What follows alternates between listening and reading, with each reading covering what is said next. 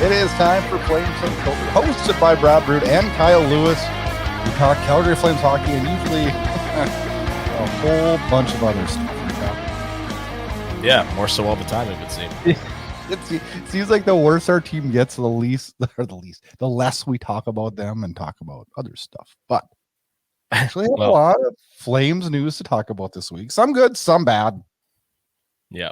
We got to learn to live with that, though, right? That's kind of where we're at, right? I mean, we got to accept, like, it's going to be a little bit of a shit show for a little while here, right? A little bit. That's optimistic. I like to think that it's a little bit, but time will tell. Where do we begin today? What do you think? Where do you want to start today? Let's talk about what you got in the mail right out of the chute. Oh, okay. First. Let's talk about mine first, because yours is more exciting than mine. Okay. Well, got this in the mail. We've been waiting for this for a while. So Ryan Pike's new book, Calgary Flames at the NHL Draft. I've only read a few. Mine comes. Yeah. Yeah, I should say on the clock. Takes a little longer in the States to get it. 2 days. Well, yeah, I suppose. This is actually, so forwards by Peter Maher, which he's done forwards for countless Calgary Flames books. I've read a few chapters so far, and the amount of research that Ryan put into this is absolutely absurd. And it's so much more than just like a year by year, you know. It's really interesting, some of the little tidbits that he uncovered and the crazy stories he tells. And right in the first or second chapter, there's a story that you just wouldn't even believe because it would never happen in today's NHL. But really, really cool. I haven't got too far into it, as I said, but I suspect there'll be parts of it that'll be very depressing given our drafting track record. But then, probably pulls the nose up towards, the mid 2000s when things started to kind of turn around. So I got to tell a funny story about Flames drafting. Been friends with Marty Murray for quite some time. Many of you will know the name in Canada from World Junior success to, St. John Flames. Winning Calder Cup there. Played with the Flames for a few years. Hurricanes, Kings, Flyers. A pretty good NHL career and a great career over in Germany. But he was a head coach, general manager of a junior hockey team that I did some media stuff for, and I knew Marty before that. Our kids are the same age, and we've known each other for quite a few years, and he's doing wonderful things up in Brandon now as a general manager of the Wheat Kings. But Marty and I were talking one day, and I don't even remember where we were on the road somewhere. I don't remember where we were going for a junior game, and we were talking Calgary Flames draft picks, and I was bitching about how shitty the Flames draft picks have been for decades. And I was going on and on and on and on about how shitty the Flames draft picks were, not remembering and realizing that the guy I'm talking to is a Calgary Flames draft pick. How'd that go over? Slightly unimpressed.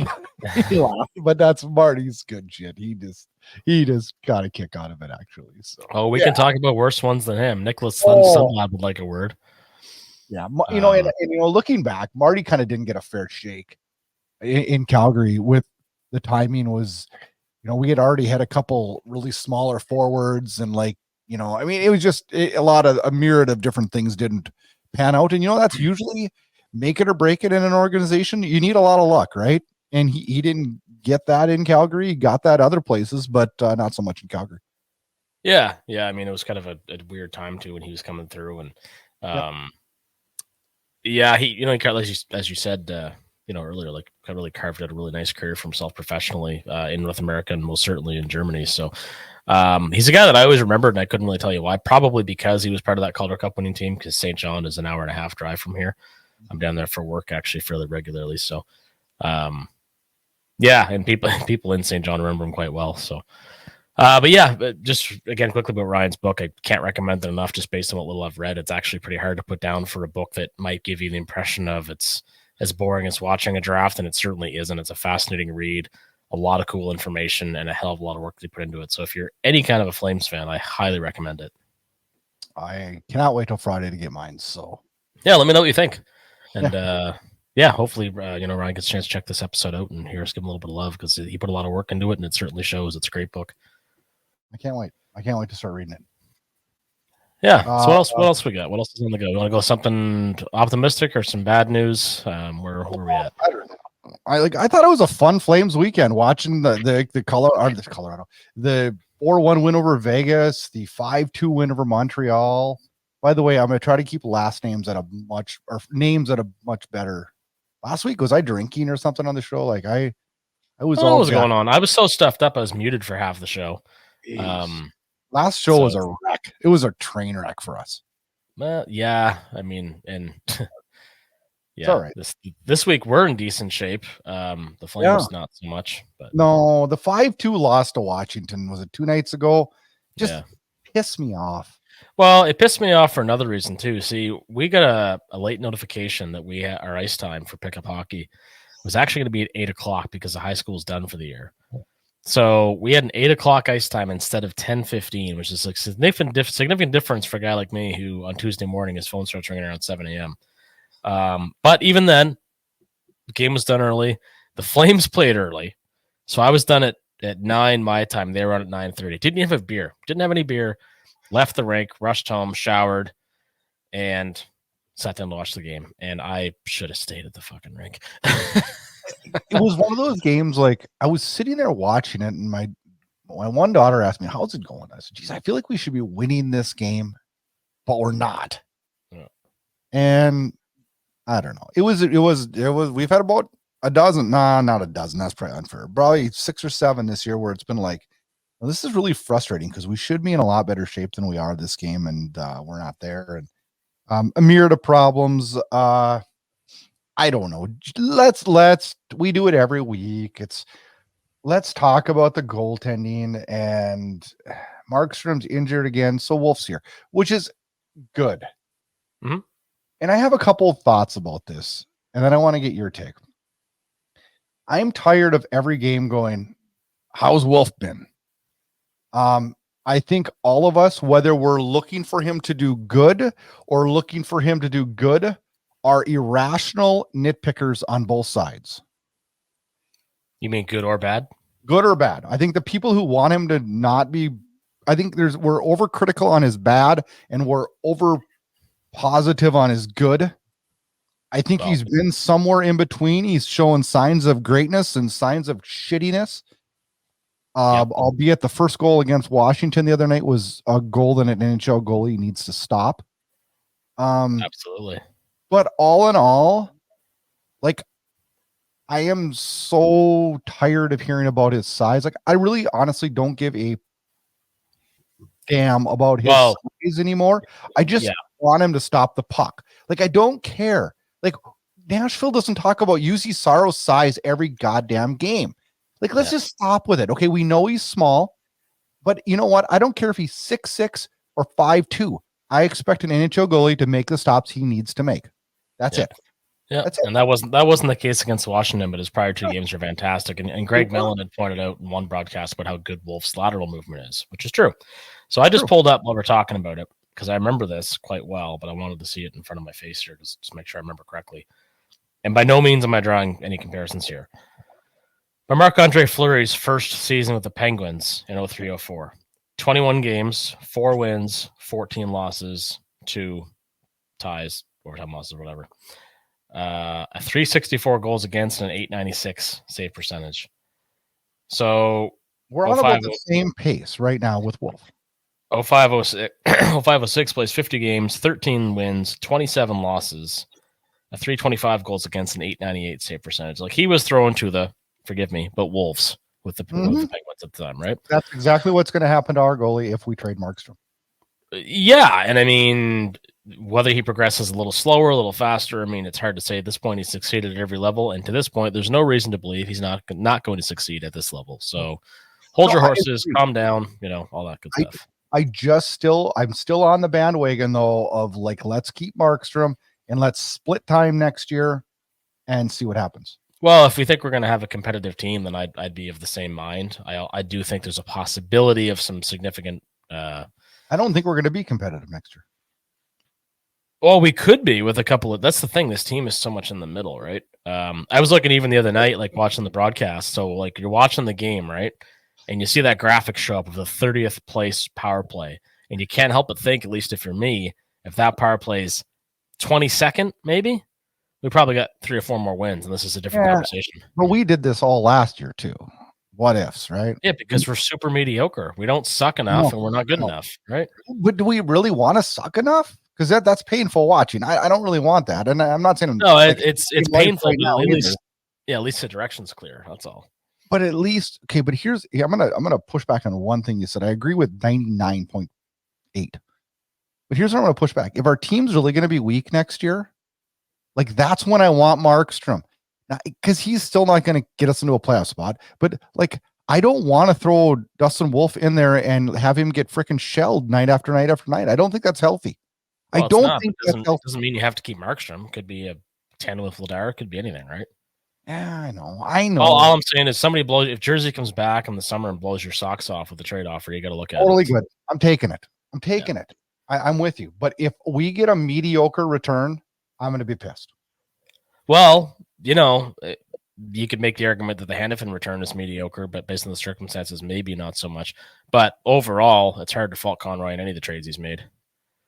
And I'm thinking right now of Hunter Brzustewicz and his 90. What does he get? 90 points. Yeah, but do you think he makes the roster next year?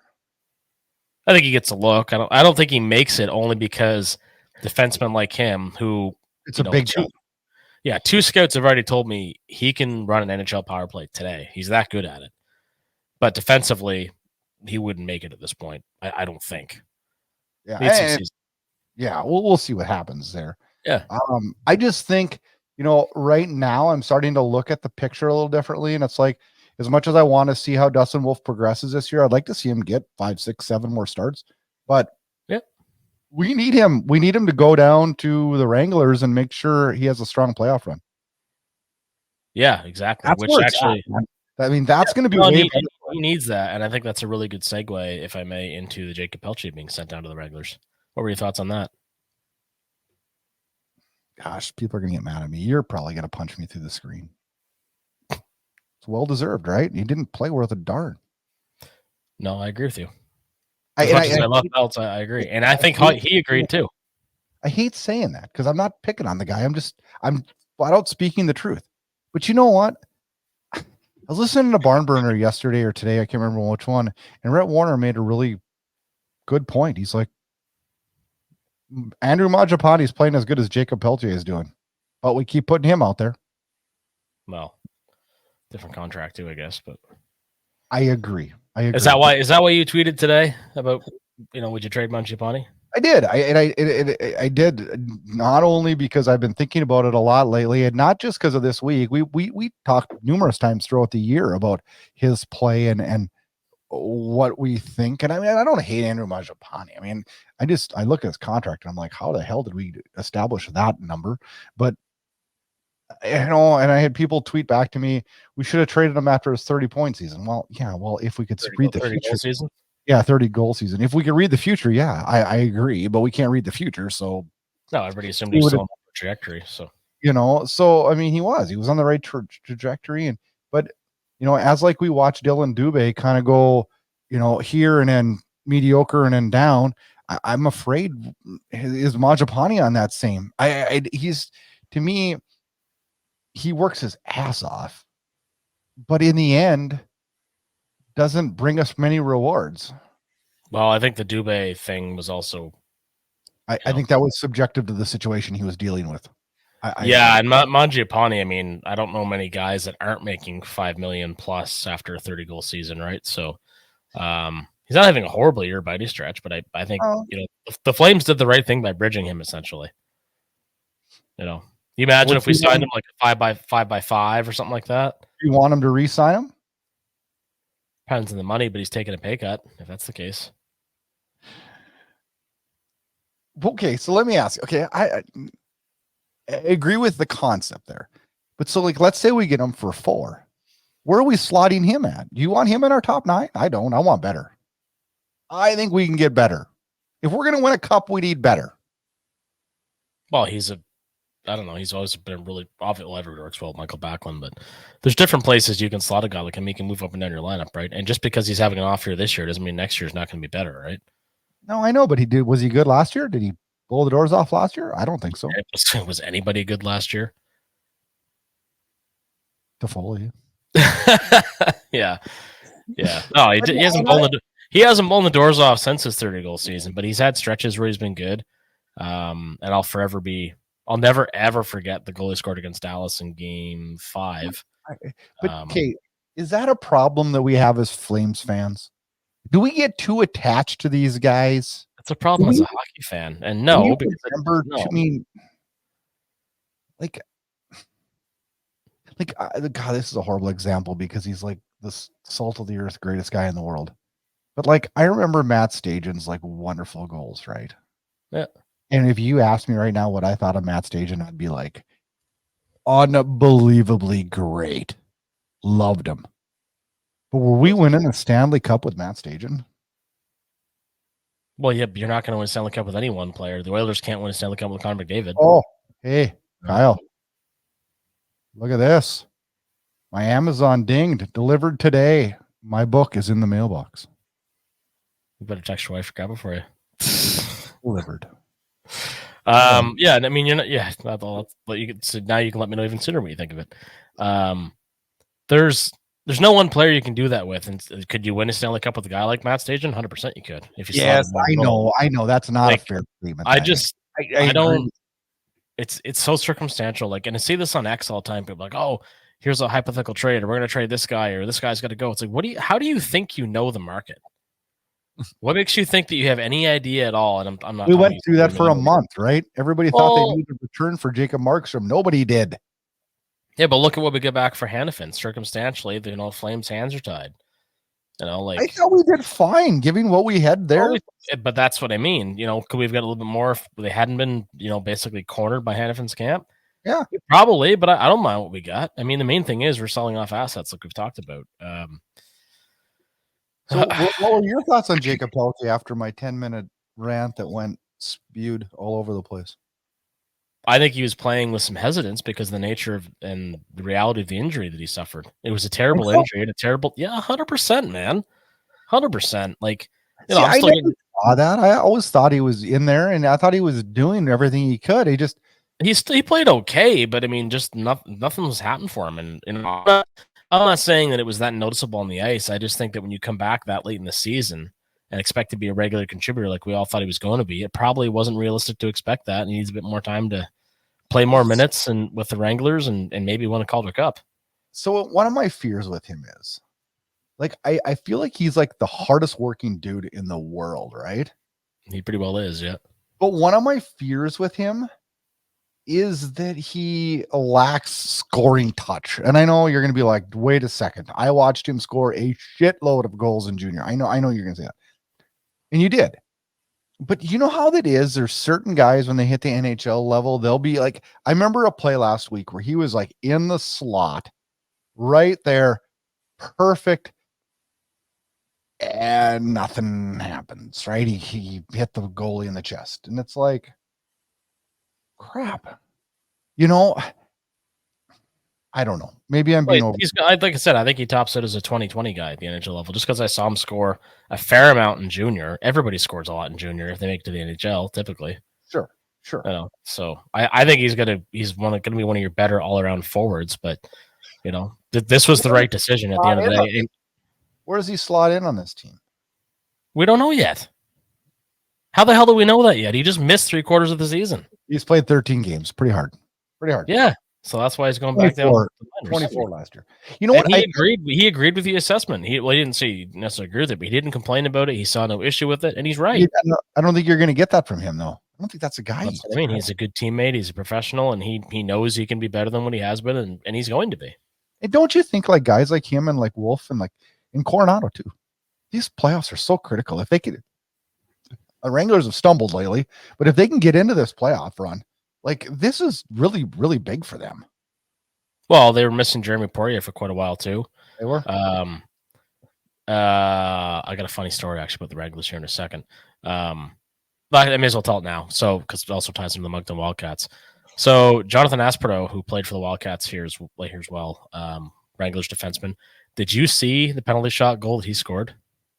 The one that hit Campbell in the back and went in? Yeah. I did. That was Actually, awesome.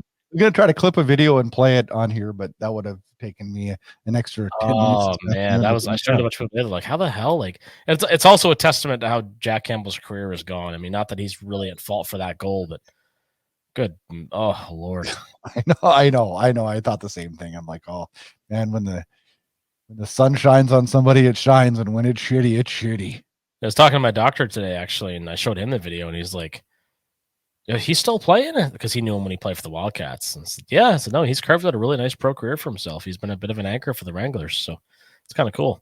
But speaking of the Wranglers, Sam Morton, Minnesota State signee, got an assist in his first AHL game, which is pretty cool. Yep. He's a center. What is he? 6 feet, 174 pounds. From what I've been told, is like a salt of the earth, straight up guy, and he's going to be your defensively responsible guy. I don't know. I mean, I haven't got to watch him. I did not get to watch the Wranglers game last night, but saw him play at Minnesota Mankato.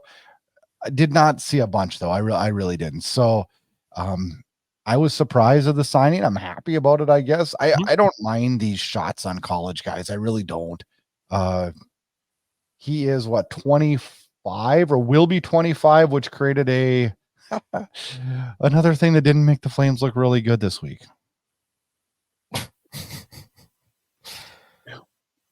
Go on. Oh, I mean, what happened? How does this happen? The contract gets rejected because somebody who's going to be 25 before July 1st, I believe, is how it works. Let me pull up here's how it is. Under the CBA, your signing age is how old you'll be on September 1st of that calendar year, regardless of the age you are when you sign. So he's 24 right now. He turns 25 in July. So he's signing age is 25. We try to sign him to an entry-level contract. You can't sign a 25-year-old to an entry-level contract.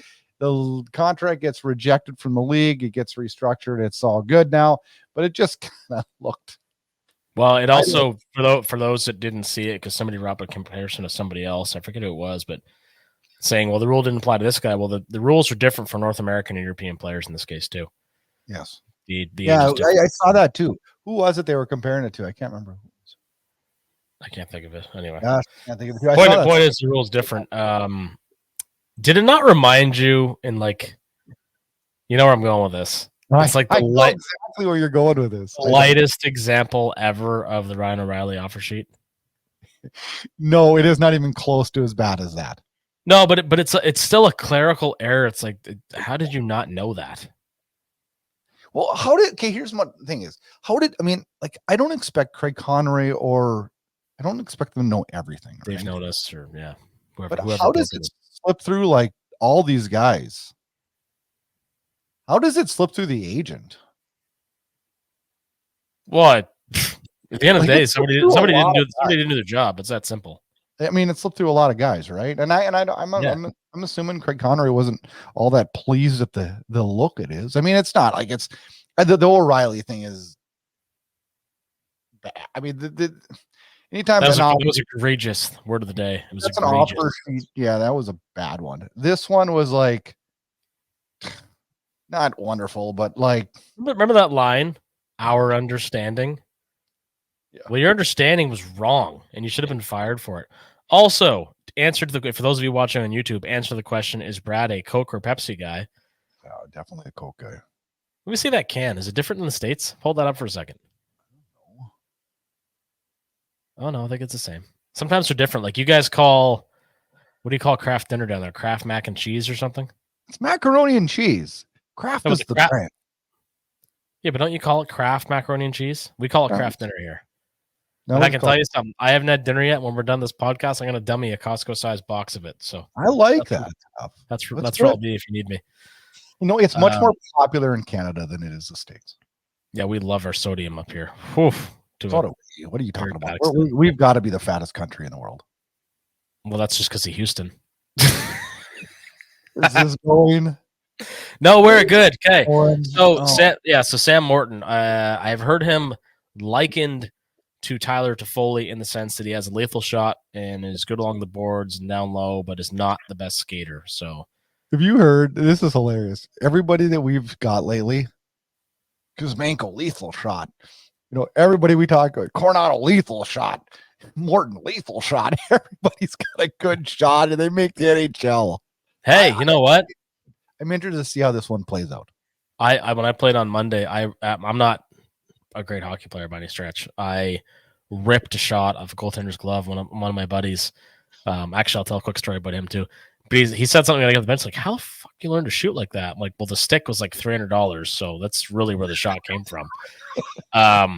But he, like, just talking real quickly about how congested and sick I was last week. He got an ear infection, right? And he got all congested as a result. And anyway, he was so, I didn't know this was possible. He was so congested. He put a saline spray up his nose, as one does. It came out his eyes. Yeah, I've heard that. I never heard of that. I didn't know you could do it. I mean, it makes sense now hearing the story, but I didn't know that. Well, I That's had nuts. my ear unplugged on Monday, and when they shot like an air compressor full of water into my ear, I had some go down the back of my throat. It was kind of gross. Come right out the other ear because that's a big. You are. Oh, hey, speaking of stupid stuff, remember the other day when you messaged me about the Sam Morton signing, and I spouted back with perfect. Another guy from Minnesota State Mankato. Last guy we got was Connor Mackey, and you're like, way to be positive there, Brad. Yeah. Well, I was wrong. I think the last guy was actually Walker Dewar, because that's where he played too. You love Walker Dewar. I do. This is what your negative attitude gets you, Brad. That's karma right there. Critical bullshit that always makes me look stupid, right? Right. Oh man. Did I show you what I got in the mail today? I didn't show you. I just heard what you got in the mail today. No, I got something else too. I got this. Wait, do you get multiple post deliveries? Yeah, because my Amazon stuff doesn't come. It comes. Oh yeah, mine doesn't either. Forget the book because from Amazon. Touche. Yeah, me neither. Yeah. Okay. Yeah. So yeah, that's a cool card. I might even have that card. This is the game worn jersey one though. Oh no, I don't have that one. I'm not that special. It's number. I can't know my glasses on. Number 450. Oh, number 58 of 149. I'm breaking. Collector's cards, man. I collect the O'Fleury cards. I like it. Oh, that's right there. That one. Which one? That's a Connor Mackey Young Guns card. Ooh. Yeah. To go along with like Josh Joris, Glenn Godden, Sven Berchi, Corbin Knight, Young Guns card. Okay, I gotta put this thing away. Corbin Knight, he played for the Sioux. Yes, that's where my buddy coached for years. Okay. Well, you know what? Listen, let's this. I don't want to. This is fun, but I do think it's important we take a bit of time to talk about this, obviously. And the mention of the Sioux made me think of it. But Chris Simon, I got a phone call. Was it yesterday? Yeah, around noontime from a buddy of mine that is really good friends with Ted Nolan, coached with him and all that, and told me that Chris had passed. And he didn't. I think out of respect for the family, he didn't say a whole lot about how it happened, but I basically said, are we talking like a Rick Ribbon, Derek Bugard, Wade Belak type situation? And he said, yeah. So, with Chris Simon's struggles have been pretty well documented in the last few years in terms of there was a bankruptcy claim, injuries playing hockey, substance abuse issues in the past with which Ted Nolan was a huge, huge help of him, to work past those issues and harness his ability. And man, he was, and I tweeted this and a lot of people kind of jumped on it. I mean, Chris Simon was a huge part of the 2004 Flames run. He was. I saw that tweet. Huge. I guess he would catch some flack for that. I mean, like, I thought of it and I'm like, when I think of Chris Simon as a hockey player, I mean, I obviously don't think of him as like a finesse, great, super hockey player, but when you really boil down to it and you look at his career, I mean, you said integral part of the 2004. I think, there's something special about that 2004 team.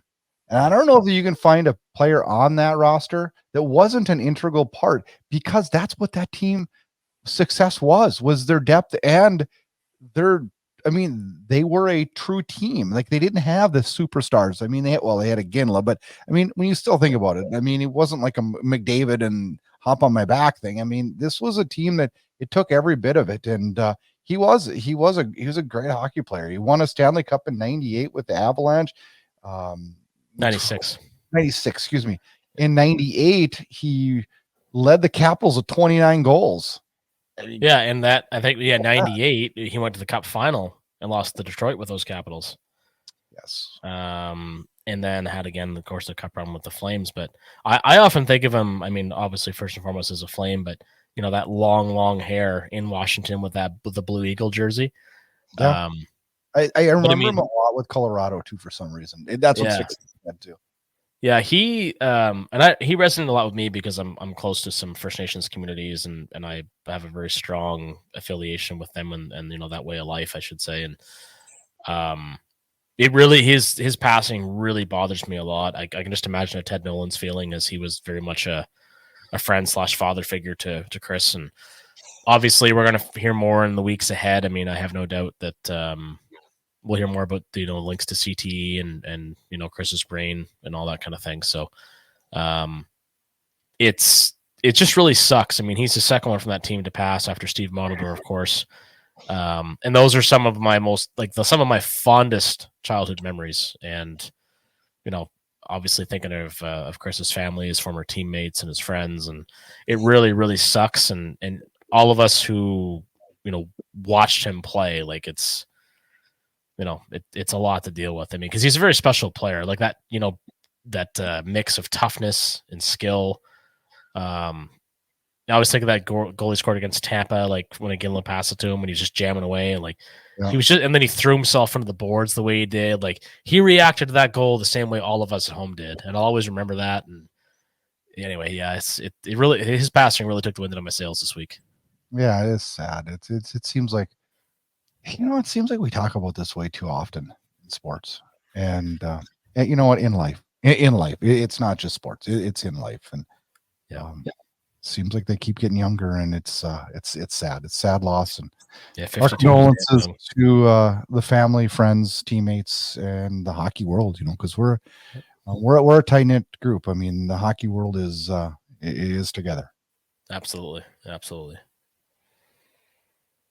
Yeah, I'm a little more positive.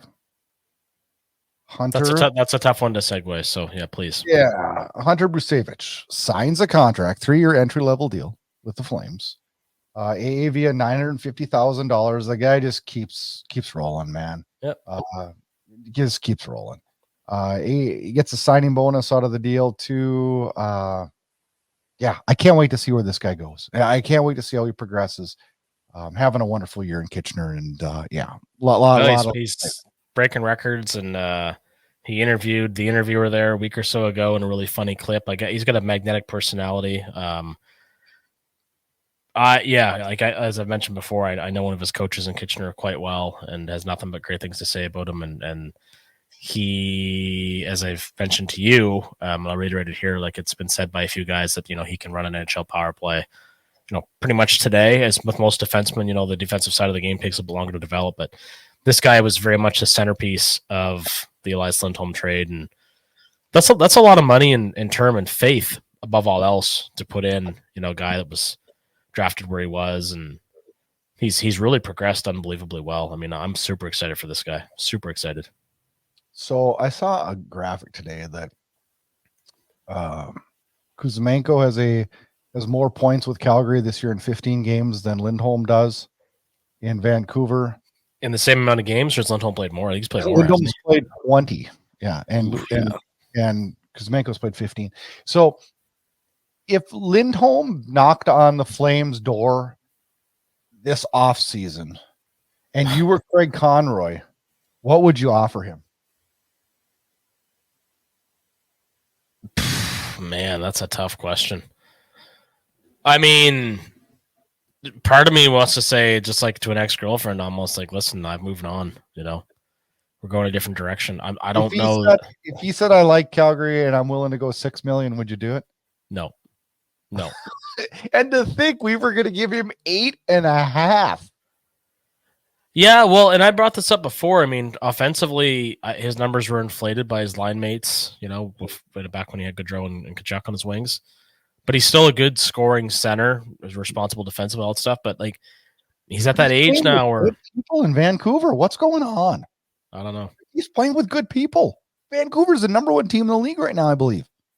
If not, they're a point away. I mean, yeah, Winnipeg's right there too, especially with guys like Monahan and Toffoli ripping it up there. I don't know, like $6 million is too much, and it, like you said, it's unbelievable to think of. There's a lot. If we had signed him at 7.5 or 8 million at the time, a lot of people would have thought that was a deal. I might have thought so, but hindsight is, oh boy. Oh man, we need to learn in sports that sometimes walking away is the best thing you can do. Well, we say it in my line of work all the time is that no deal is better than a bad deal, right? Yep. And you and I are in the same industry. Say it all the time too. Yeah, and I've walked away from stuff, whether it's employees, contracts, purchase orders, where it's like, you know what, this ain't happening. Like, because this has the potential. Even if it looks good initially, sometimes you recognize that this has the potential to cost me way more if the slightest thing goes wrong. Oh yeah, for sure. Yeah. What do you got for an X Factor this week? Let's do it. Speaking of ripping it up, from Dome Phone. I love that. Dome Phone. Igor Sharangovich now has 6 more goals than anyone on the New Jersey Devils. Is he sitting at 29 right now? He is sitting right now at 28, and 28. Jesper Bratt and Nico Hischier have 22. Wow. Who would have thought our leading goal scorers going into the season would have been I almost said Blake Coleman. There's a throwback. I got looking at his hockey card still on. Blake Coleman and Igor Sharangovich. The money you could have made in Vegas if you made that bet. I mean, oh man, I think it's both great. Those guys are going to score 30. That's nuts. Yeah, nuts. I thank you for the great X Factor there. Dome and a great name. I saw that. I think I'm pretty sure. If I don't follow my will now, I'm pretty sure I do with Dome Foam. And I was thinking that because I had a lot of Dome Foam when I was there a few weeks ago. I just saw that one and I'm like, no way. And I'm like, this guy, I don't know. His shot percentage this year is 19%. Yeah, that's a hard one to judge because I mean, obviously that'll regress at some point. But the way he shoots, in terms of where he finds himself on the ice, I don't know. It's different. He's got a different release. He's got a release that's deceptive, I guess would be the way I would word it. You like that word? Yeah, I do. I do like the word deceptive. I'm a bit of a linguist. I love all words that are not commonly used. I got a question. And I know we're going to dive deeper into this in the coming weeks, probably this summer. Does it bother you a little bit about the hype and we need to make it happen, the drafting of Tijana? Oh, here we go. You knew I was coming with this these weeks. I knew before we went on, and then I kind of forgot about it, and now it's like, oh. How did you know before we went on? You read because everybody's fucking talking about it. I know. Okay, like I'm not against drafting him, but if we're drafting him because his last name's Iginla, come on, put a gun to my head. Like we went down this road before. Like I love feel good stories and I love things to work out, but what if this doesn't work out? That's not a good thing. God, okay. Based on, but like no, but based on where we're projected the draft and the quality of the player in question, it's a feel good story that makes a lot of sense. If this is a guy that was middle of the second round, you took him at 12th overall, that's a problem. No, but he's working his way into our area. Yeah, he's having a hell of a year. So I want to see it happen because it does make sense. He addresses some needs and would be. And it'd be such a fun story. But again, it's based on the fact he's a really good player. I love Jerome Iginla. And maybe I'm so protective of that Flames relationship with him. That's like, dude, I don't want nothing to tarnish and get in the way of it. Well, but at the same time, like, Gordie Howe was an absolute legend and Mark Howe was a pretty good player, right? No, Keith Tkachuk was a great power forward. Both his kids are too. I know. Okay, he's working his way into our range, so then I'm good. But well, if we select him over somebody who's better, like that's a problem. I don't see it happening, but if there's Tij Iginla and another really good player available at the same spot, I'm taking Tij Iginla. Because it'd be so fun. And he's going to be a good player. The hype would be. ridiculous. Well, it'd be off the charts, and to see whatever jersey number he wears and all those jerseys in Calgary. But keep in mind too, it's not just about this whole NHL bloodline thing. It's that his father, you can't find a better pro athlete than his dad. So imagine what he's like as a father. Find a better person. I mean, but that's what I mean. So if you draft a guy who's skilled like Cgy Iginla and he carries himself just day to day with the media, with his teammates, you know, the same way his father did. Mm-hmm. You know, that they always talk about, and too much so, but they always talk about he's a quality person and all this kind of stuff. Like, this could be a really, really great player and a really great leader. And I just, again, if he's still there when the Flames draft, I don't know who would be available still that would be, you know, projected to be better. Because again, it's a draft. We don't know who's great yet. He was originally projected as a second rounder, correct? Yeah, and he changed that. Yeah, and see, like, that's when the hype kind of started, and I'm like, ooh. Well, you know what? Do you remember in 2001, 2002, when Jarome Iginla had 52 goals and 96 points? Somebody, this was in the NHL yearbook the following season. Somebody had asked him about his breakout season, and his answer was so confident and so perfect. He's like, I decided I wanted to be a star in this league. And that seems to be the same kind of thinking that Cgy Iginla is. I mean, it's, you know, natural for a player to develop and get better as they get older, but like, you know what I love about that scenario? It's exactly what you just said right there. He grew up in this. Yep. He knows the routine. And it's the same thing that you got from the Tkachuks, right? And it doesn't always work, right? But they grew up in the lifestyle of having a dad as a pro athlete. Like, it's a different lifestyle, right? Yeah. It's not a bad thing. And I remember Grant Fuhrer saying to Jarome as well, like, you know, quit trying to make the perfect shot. You've got a great shot, use it. You know, he had a lot of great leaders around him. And actually, I don't know if you saw that tweet. I think it was Darren Haynes who pointed out Dustin Wolf has tied or surpassed like Flames legends, Grant Fuhrer, Curtis Joseph, and I think there was a third one. But it was a really funny tweet. For what? For wins. Grant Fuhrer had 5. Curtis Joseph, I think, had 4 or 5. Like, these are bona fide NHL legends who had ridiculously short stints in Calgary. So it was pretty funny. Ridiculously short, right? Yeah. Yeah. Huh. When are we going to see Connor Zary again? I don't know, but I will say, not that you can necessarily see it, but hear that zipper on the mic. This is a Connor Zary t-shirt. Did you buy that when you went there? Oh, yeah. 100% I did. So you go there and they got the Kuzmenko t-shirts, which kind of surprised me. Kadri, Coleman, Huberdeau. There was one that was missing that really... Oh, there's no Pospisil t-shirts. And the guy's a fan favorite. I love him. He's my favorite right now. I know, but you can't buy that. Yeah, you can't. Maybe you can get it now, but 2 weeks ago you couldn't. I'd buy a Sharangovich one if I could get it too. Oh, they had those too. Yeah. Yeah. The lettering gets small though. It's so big. Oh yeah. Also, before we sign off, I think Ryan Pike actually tweeted some photos of this. Noted author Ryan Pike. They got big piles of dirt in Calgary. They're building an arena. I saw the picture you breaking ground, baby. So my next trip to the Dome might be my last one. Who knows? Which is mine too. Which is good that they're breaking ground, but damn it, like, why don't they show us some like artist renderings? I like to see this. I'm excited. There got to be some somewhere, right? You know, I'll tell you a quick story here, and then we're gonna go home. When I talked to my wife, like when I was about 48, and I said, "Hey," she said, "Let's do something for your 50th birthday." I said, "You know what I want to do for my 50th birthday? I want to go to Calgary and go to a couple games in the new arena." Because that's when they were projected, the original first go of getting an arena, that we would have it.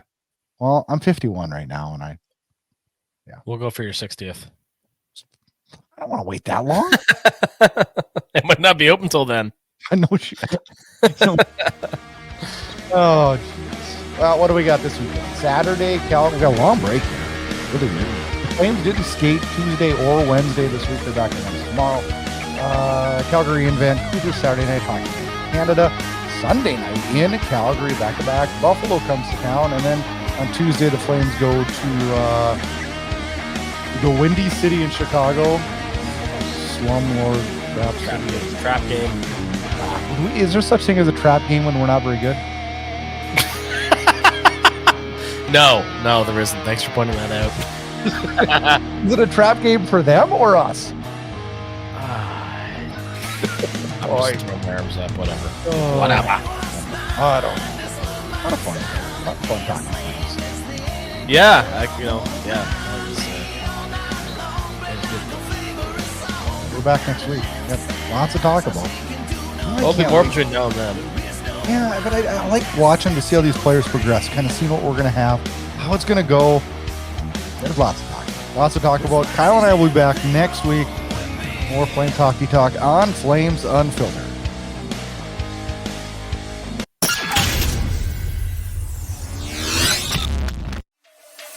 Thanks for listening to Flames Unfiltered with Brad Burud and Kyle Lewis, your source for unfiltered Calgary Flames hockey talk. Keep it locked on flamesunfiltered.ca. Subscribe where you get all your podcasts to never miss an episode. Flames Hockey Talk every week, presented by Inside Edge Hockey Media Group.